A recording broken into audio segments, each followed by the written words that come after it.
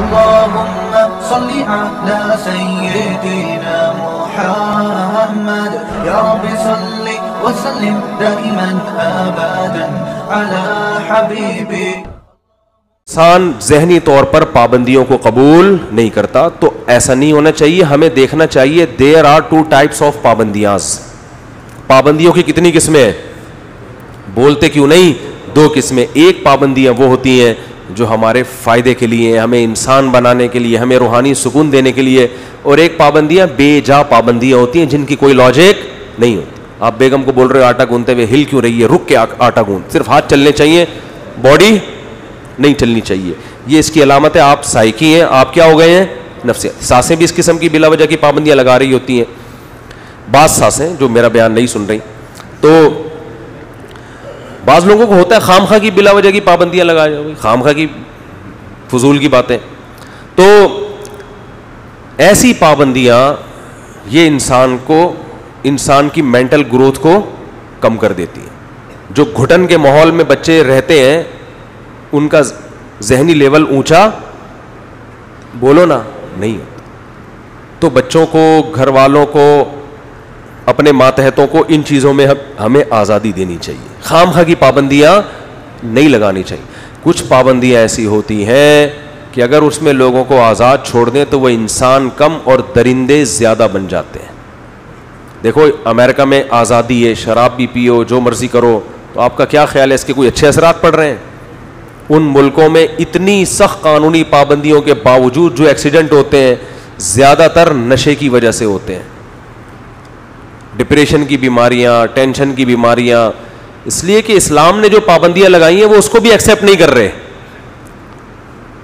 تو آپ کے ابا نے اگر آپ پر پابندیاں لگائی ہوئی ہیں کہ اتنی دیر سے کیوں آ رہا ہے, تو یہ پابندی آپ کو خراب کرنے کے لیے نہیں بلکہ آپ کو بنانے.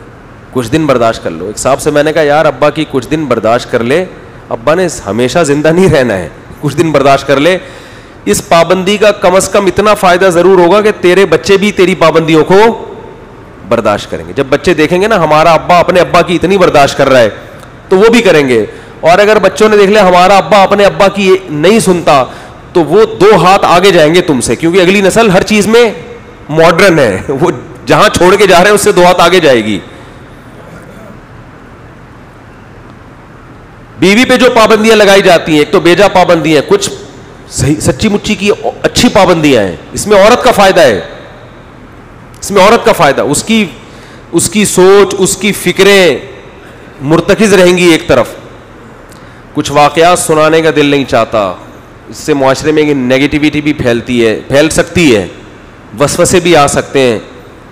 لیکن یہ دیکھا جاتا ہے کہ سائیڈ ایفیکٹ زیادہ ہے یا فائدے زیادہ ہیں. یہ لبرل لوگ اپنی بیویوں کو بالکل آزاد رکھتے ہیں. کیا رکھتے ہیں؟ بالکل آزاد. اگر اس نے ہنس کے اس سے بات کر لی, اگر اس نے ہنس سے اس کی کیا ہو گیا, ایکچولی کچھ بھی نہیں ہے, تو ٹھیک ہے, ہم نہیں کہہ رہے کہ آپ اس پہ شک کریں, لیکن جب ان پہ پڑتی ہے نا تو یہ بھگتتے بہت ہیں, پھر یہ روتے ہوئے آتے ہیں یہ کیا ہو گیا. یہ بھائی مذہبی لوگ تو نہیں فری ہونے دیتے نا, بھائی تمہارا کیا لگتا ہے بیگم اس سے اتنا فری ہو رہی ہو ہنس کے بعد کی کوئی کچھ لگتا ہے ٹھیک ہے, لگتا ہے تو بتا دو. تو کہے گی آپ مجھ پہ شک کرتے ہو. بھائی میں شک نہیں کرتا, لیکن ہمارے خاندانوں میں یہ رواج نہیں, بات ختم. لیکن جہاں زیادہ آزادیاں دیں گے, میں نہیں کہہ رہا سارے خراب ہوتے ہیں, ہو سکتے ہیں. ہمارے ایک دوست نے کچھ دن پہلے اپنے سفر کا واقعہ سنایا. ان کو تو میں نے تنبیہ کیا آپ کیوں ٹکٹکی باندھ کے دیکھ رہے تھے. ہوا یہ کہ اب یہ واقعہ سناتے ہوئے ڈر بھی لگ رہا ہے کہ اس سے منفی سوچ بھی پھیل سکتی ہے, اور خامخواہ میں آپ اپنی گھر والی پہ شک نہ کرنا شروع کر دینا. جو میں نے قرآن کی آیت پڑھی ہے نا اس میں یہی ہے کہ بدگمان مت ہو. خامخواہ میں وسوسہ, جو وہم اور شک کے مریض ہوتے ہیں نا وہ کبھی بھی گھر نہیں بسا سکتے.